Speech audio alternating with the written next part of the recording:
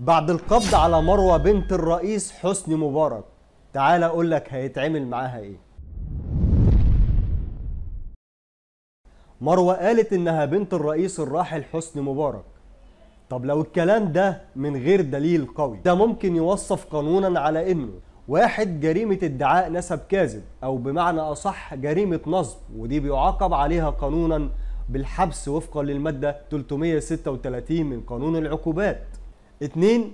جريمة إساءة استخدام وسائل التواصل الاجتماعي، ودي عقوبتها الحبس وفقا لنص المادة 25 من القانون 175 لسنة 2018. 3. جريمة خدش سمعة العائلات، لو الكلام مس سمعة أسرة الرئيس الراحل مبارك. مش بس كده، ده كمان مروة اتهمت فنانين كبار وشخصيات عامة زي وفاء عامر بالاتجار بالأعضاء.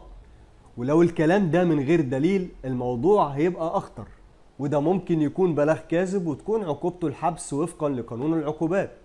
وكمان تشهير بشخصية عامة، خصوصا لو الاتهام ده بيكون علني او عن طريق اللايف، وده عقوبته الحبس والغرامة وفقا لقانون مكافحة جرائم الانترنت. وكمان بيعتبر سب وقذف، وتكون عقوبته الحبس والغرامة حسب تقدير المحكمة. يعني اي ادعاء من النوع ده لازم يكون وراه دليل قوي وقاطع. ادعاء النسب او توجيه الاتهامات لو من غير دليل هتترد عليك وفقا للقانون بجرائم تانية انت اللي هتكون متهم فيها. لو انت معاك دليل ضد اي شخص، ما تطلعش تشهر بيه على السوشيال ميديا.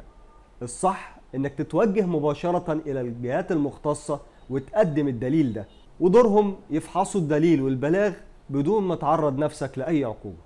لو عندك اي استفسار اكتب لنا في التعليقات تحت، واحنا ان شاء الله هنرد عليك.